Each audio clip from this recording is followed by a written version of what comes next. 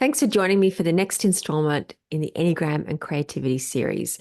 I'm Samantha Mackay, an Enneagram coach certified through the Chestnut Paes Enneagram Academy, and I'm curious about what creativity looks like through the lens of the 27 subtypes. Today, I'm chatting with Nisha Advani, an executive coach and leadership and organizational development consultant, and she's also certified by CP Enneagram Academy. Nisha is a social one. Social ones are known for their focus on teaching people the right way to be. They are perfect role models. Nisha's focus on creative expression is through coaching. We talk about what it's like to balance the one's drive to teach versus creating space for curiosity and the unknown. If you'd like to learn more about the Enneagram Social One, check out the links below. Enjoy.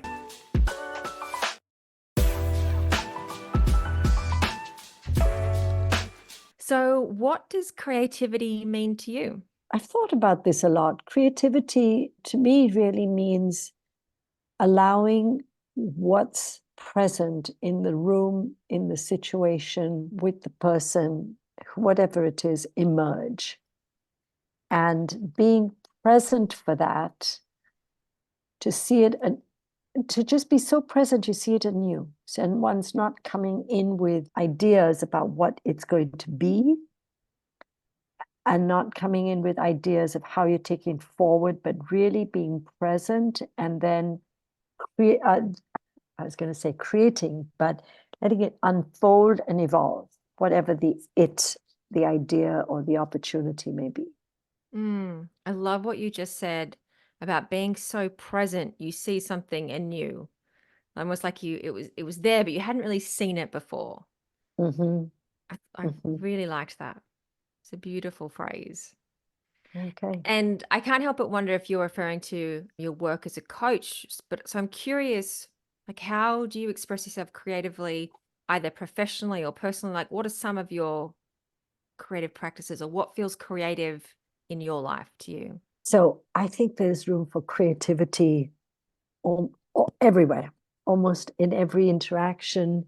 That sounds trite, but in most situations. But I'll say, as a coach, I really do pause before each client to try and just gather myself to be here now and think about them. And I just take a few minutes to reflect on where were we the last time. And I have my notes, but it's just to be present with them, to even as I check in, I'm not doing it as a check the box. I'm just trying to flow where they're going, because they are in a different place than the last time we met. And I really think a lot about being relevant to them. So as part of being relevant, I want to be with them. And so it's about being present myself before I go into the call, so that I can track with them and not be thinking about solutions. And first really go with them. And then as I'm working with them as a coach, as opposed to trying to tell them, I keep asking myself, what's the question I want to ask? What's the question I want to ask? Because I want to help them create their next step or the direction. So I feel like that's also part of creativity, because I have to be that present to be asking myself, what's the question I want to ask? Mm. Because sometimes easier to come up with, oh, this is what you should do, or this is what you could do. But before I go to a recommendation, I feel the coaching is deeper when I can get them to start identifying what's blocking them, what's coming up for them, what are some thoughts they have of what they could do or how they could do it differently. But I have to be really present to help them go there and not jump to action. And I think that action is the one, and that as a one, I would be inclined to want to help them, but then get on with it. And in coaching, I want to create the space. So even creating the space requires a lot of presence. And then to get them to engage, because ultimately the coaching session is about them growing. So if that makes sense. It does. And I'm curious because you're a body type. And my question is, where do the questions come from? And I ask that because often when I'm coaching, it sometimes feel like the question just floats up. If I'm thinking about a question, I know that I'm not necessarily coaching from the best place, but often I think it just sort of floats in from somewhere. Yeah. What's it like for you? I can identify with what you said. I could craft it from my head, but over time, I've really tried to create that space. And when I say create, we're using create and create. It's just make space. Don't be in such a hurry. So that's how managing myself to let things emerge Mm, and go with the moment, what's coming up. Was my normal flow is to have goals and just go and build mm, out. So and iterate. Whilst in coaching, I try to keep space and manage myself to not jump into it and take action. But the action in terms of how do the questions come up, I feel that when the space comes, it's almost a sacred space where one is listening so deeply that you can just trust what's coming up because there's a synchrony between you and the client mm, of, and so one is I'm trusting that to be experience, that I'm hearing them really deeply, and the experience says this is the question. And then when I feel like the question didn't land, I have a question often in my head is how else? How else? How else could you do it? And very often with my clients who tend to be leaders, they've got responsibilities that are just don't make sense, just too much. So often the first question I have to ask them is, I keep reminding myself, peel back the onion. So almost have to come back and say, does this need to be done? And does it need to be done now? And does it need to be done by you? So help them, instead of using the word prioritize, really help, does it need to be done? Does this mm, decision need to be made? Leaders tend to be action oriented, even if they're not threes and eights and ones. They have learned making decisions and getting mm, on with it is their job. But learning to really first pause to say, does it need to be done? Or is it just some order or some thing that has come up? And then it throws off your priorities, throws off your focus, throws off your intentions, sends your team around the corner. So really trying to help them rethink. So when I think of creativity, I think it's rethink and mm, re-envision and allow for something else. The questions come from really asking myself to say, how else can we think about it? How else could you approach it? How else could you feel about it? If you're feeling undermined, well, maybe that's not what the person intended. How else could this land? mm.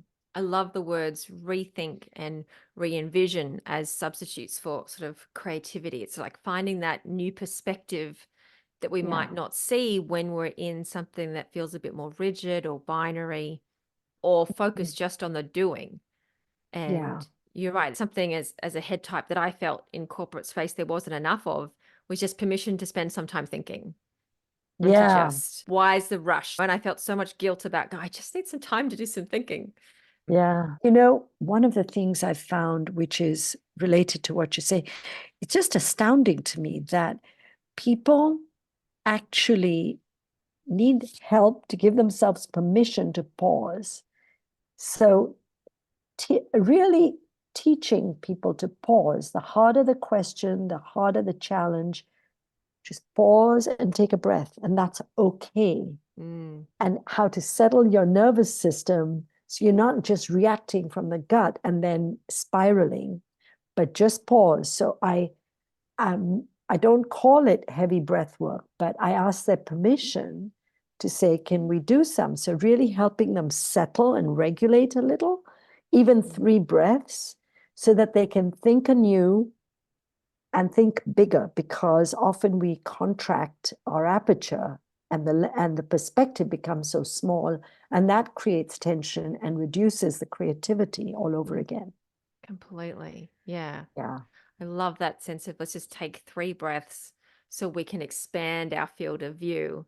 And even just seeing something new is a creative act, just being yeah, able to expand that.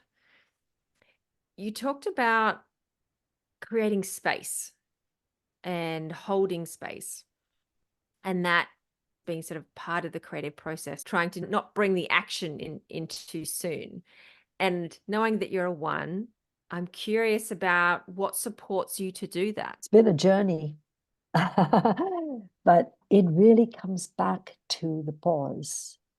And for me, the more I can stay with a regular practice of breath work and yoga, walking, I love walking, but walking with presence as opposed to just walking or listening to some book or podcast or something. Really being very mindful of techniques that help me be present, helps me come in, I think, in a way where I'm really present for them. And that's my way of creating the space. So it's almost like what you do outside of that space in terms of breath work and walking and yoga helps you make sure that as you come into that space, it's much easier to settle yourself and come into it. Mm-hmm, mm-hmm, mm-hmm. Yeah. I'm curious, do you experience creative blocks? And if so, what do you do about them? Sure, I do. When I lose my center and presence, I'm not present and become too goal focused. I can be creative within that, but then I'm in movement mode, and I just don't want the distractions, and I'll be too goal focused. And I think that's where for social ones, they talk about inadaptability Mm. and the rigidity. It took me a while to understand that because I immigrated when I was so young, and my whole journey has been adapting to another culture when I was alone because my family didn't come with me. So I was like, well, what does that mean? How does it show up? And I changed schools so much, I had to fit in, blah, blah. But I think it's it's the overdone part of of being goal oriented and wanting to do it well. I mentioned to you, I don't know what perfect means, but I certainly know what not being good enough means. And for me, the voice is relentless. And if I feel not good enough, then I won't let something go. I'll just try harder. And Mm. that's where I get to be more narrow, more rigid, less creative. And the best thing may have been to put it away. I'm thinking about at work, it may have been better to put it away for a while, hand it off to someone else and let them do their magic because I was getting stuck for whatever reason.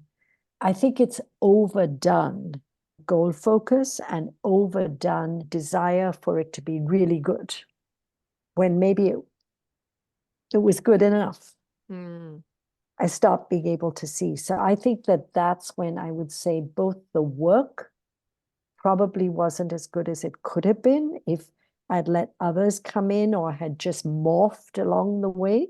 Mm. But I got over attached to the goal. Right. And yeah, and when I look at my life much later, post more understanding of the Enneagram, it's like, it's fine. And that just feels lighter. It feels my whole body, you're a body worker. So you know what I'm saying when I do this? It just feels light. Mm-hmm. Yeah. Yeah. Shaking it Absolutely. off, Yeah. shaking it off. I'm assuming that at the time when you're getting overly focused on those projects you couldn't let go of, the idea of just putting it aside for a week would have been incredibly challenging. Oh my God. I wouldn't have been able to sleep over it. Yeah. Okay. I would have really been stressing that I should be making it better. I should be trying to take it to the next level. I could be doing this. And I might have had some ideas that improved it. I might have ideas that made it better, but I don't think it allowed for bigger possibilities because it was my field of view was truncated Mm. because I'd already defined where it was going to go. Yeah. Mm. And so, was there something that helped you at the time learn to start to set aside? Or is that something you've just literally been able to learn over time with your life? I think I'm not sure if I'm responding, so you can tell me if I'm not being clear, but I think I learned it viscerally along the way, that stopped trying so hard, but Okay. I didn't trust that learning because, you know, formal education is all about being right and wrong. The scientific method is all about being right, and here's the answer, and where's the validity. And so that was my training. And so I felt like I was hanging when it came to trust that something will emerge. I don't feel that way anymore. I feel like I can trust. I still sometimes have a big gulp when it's big time in the unknown. But I've come to trust that, yeah, it will emerge. I'm not really totally sure from where, but I have to be able to believe that it will. I hadn't even considered that about the scientific method as being more binary in that sense of it gives you a right and wrong, because there's so many ways in which our education system doesn't support body wisdom and body intelligence. And I think it takes us a long time, whether we're body types or not, to start to learn to reconnect to that wisdom and then learn how to trust it. I think learning to trust it is a really challenging thing. It's very hard. And I'm not saying the scientific method is right or wrong, but it supports critical analysis, the Mm, critical mind, the repeated trials, and keep sharpening things. So that is so one-ish. And my training was in that. So I think that it's more than right. just my Enneagram type. It was living in the world in the time I grew up and stuff that it got reinforced. And I just felt if I abandon this, then what am I trusting? Mm. So that's the journey it's been. Right, that makes so much sense. And you've known that you're a social one for quite a while. So how has either knowing that type either changed or shaped how you express yourself, either through your creative expression or just through coaching? I've known I am a social one probably over the last 8, 9 years Mm. since I read B's book of the complete Enneagram. And it fit. And so it was almost initially eek. And then it's actually a relief to say I've got soulmates somewhere in this universe. And to just say, okay, if I am that, then how's it showing up? And actually, I find it quite funny to see myself in action to, you know, as I mentioned to you about my son and the holier than thou. And I was like, what? But okay, if he's saying it with no knowledge of the Enneagram, no knowledge of Social One, and he just saw his mother that way. So I can laugh at myself more. I can also see the pattern as opposed to rationalizing it away to be the situation. Because I think otherwise my behavior, I'd always feel it's this relationship, it's this person, it's this situation, whilst now I see the pattern. Mm. And that's the power of the Enneagram, right? How has it shaped or changed your relationship with creativity? I think I can much faster get to how else. Because now that I realize that this goal orientation, which has been really a key success factor in my adult life, probably my whole life, but certainly adult life, I realize how it has stabbed me in my foot when overdone. Mm. And this need to improve things as opposed to move on. I'm holding myself back by not just flowing more easily, but holding myself to these standards. So I think I can let go of them more easily. And in my coaching, I can certainly spot it more readily in others. And I can see it in myself before I go in. But that's where being present for Mm. both my coaching as well as my personal life is what has made the difference. To not fall back into the pattern of just noticing the gaps, noticing how something could be better. But at the end of it, is incremental or is it a meaningful difference? Just Mm. let it go. I've noticed how important it is to learn how to let expectations go, because it is so easy to blame what's happening in the external environment or attribute it to anything outside of yourself rather than getting curious about actually how might this be part of a larger pattern that I'm not able to see yet. Yeah. I have to say, I don't want to for a second act like I've arrived. Not for a second.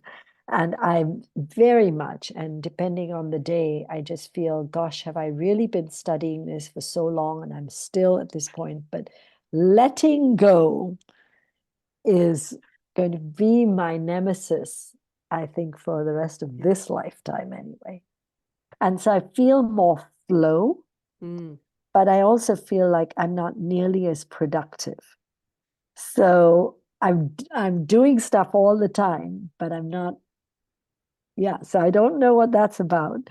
But the letting go is a big journey. And I think that that letting go of should and could is another source of creativity. I think it Mm. will release a lot of energy. And I get there sometimes, but I have to be really present to not let those voices come up. That makes a lot of sense. Yeah. So my last question is, what creation, personal or professional, are you most proud of? I think that what I'm most proud of, and you can tell me if it's creative or not, but the boldness and the can-do attitude with which I just immigrated because of curiosity and adventure, and it was to desire to study, but the whole world was not intimidating. It was just curious about everything. And I Mm. just think that the fact I had to create my life, I had no money. I came to the US when I was 17. Mm-hmm. And now when I look back on it, I just feel like I did what? And Mm-hmm. I had $80 in my pocket, but I didn't have all these voices of should and could and this and that. I just had to go let life unfold and do what I could, but I couldn't plan it in a big way. I did plan the getting here. I Mm. planned where I landed, but I didn't have the information. So it was all unknown, but it was so exciting. So I think there's something in that to trust the uncertain and step into it and just making something of it. So, yeah, and I feel really good when I look back and say, wow, I did that. Yeah, it's pretty amazing, But isn't it? And yeah, creative expression is creating our lives. We're doing it in sort of every moment, you know. hmm So I think your answer is fantastic, you know, to say I created this life. yeah. And it was loads of fun. And if someone were to ask me, well, what would you do differently? I'm sure I could get into all that analysis and the head thing and start saying, but it worked out pretty okay. So, in a sense, sometimes not premeditating, I think is part of Mm. creativity, just going into it Mm. and letting it unfold, Yeah, yeah. right? Yeah. Absolutely. Completely letting it unfold, I think is such a key part of the creative process, no matter what our form or vehicle for creative expression is. Just an afterthought, my repressed instinct is the sexual. And I know that I have done many firsts in my life and just boldly gone forth. And it's not like I would do them in the same way a seven might or a four might. And I'm thinking of those as my line points. Mm. But I might do them in a one-ish way, but definitely I feel like there was more of that startup energy, which allowed me to take a bigger leap and do things that I look back and say, wow, yeah, I did that. And I feel like those were some very creative leaps because I hadn't even fully formed what I was doing, but I had the vision that I want to go there. And then I trusted and took a big leap, like coming to America alone when I was 17 with no Mm. money and just trusting it'll figure out. Another was really continuing my graduate work and getting married and having a baby. And my husband was in India and I was in New York. And I just said, I'll figure it out. That's not sexual in repression. That's just like, I can do, I will do, I'll figure it. And one might say it's the social being bold. And I've always built that connections around me. And Mm. those have been what have helped me. I think my social has been strong and enabled the sexual to come up more at different points in my life. So my sequence is social, self-pres, sexual, but my sexual has been enabled by the social at different times to come up much stronger. And those are, I think, some of the more adventurous and creative steps I've taken outside what might have been a predictable realm in my path in my life. That reminds me of when, because I'm social repressed, and when I've worked in large corporates, it's almost like my self-pres 7 has seen the whole organization as my tribe. So Mm, thousands of people become, because obviously the self-pres 7, it's all about the mafia and the keeper of the castle. It's it's about a tribe. And the challenge with that is, yes, I felt like there's a lot of belonging to that tribe of thousands, but it's impossible and very anxiety inducing for me to take care of them all and to yeah, connect them all. So I got so much energy in terms of, because I was doing a lot of internal communications work or leadership development work or training programs, got a lot of energy of like, how can I serve this community? But in the implementation side, I got so much anxiety and a lot of burnout trying to sustain that. And so I hear what you say about how the dominant and repressed instinct can come together to create these strong sensations inside of us. But for me, what I've noticed is it's not sustainable and almost yes, unhealthy over a long time. yes.